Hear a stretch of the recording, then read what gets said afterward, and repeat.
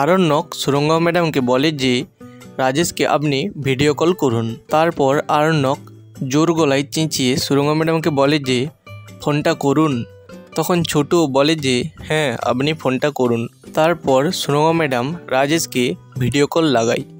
তারপর রাজেশ এদিকে কলটা রিসিভ করে এবং সুরঙ্গা ম্যাডামকে বলে যে আরে সুরঙ্গামিজি কেমন আছেন?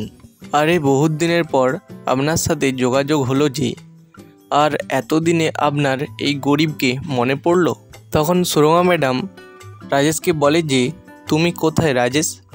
তখন রাজেশ বলে যে আরে আমি তো বেনারসে আছি। তারপর রাজেশ সুরঙ্গা ম্যাডামকে বলে যে কেন কিছু প্রবলেম হয়েছে? তখন সুরঙ্গা ম্যাডাম বলে যে আমি গরিমার শ্বশুরবাড়িতে এসেছি আর ওখানে তোমাকে নিয়ে বিভিন্ন লোক বাজে কথা বলছে। তখন রাজেশ বলে যে আমাকে নিয়ে কিউ ভাই? তখন আর্ণব বলে যে ফোনটা আমাকে দিন।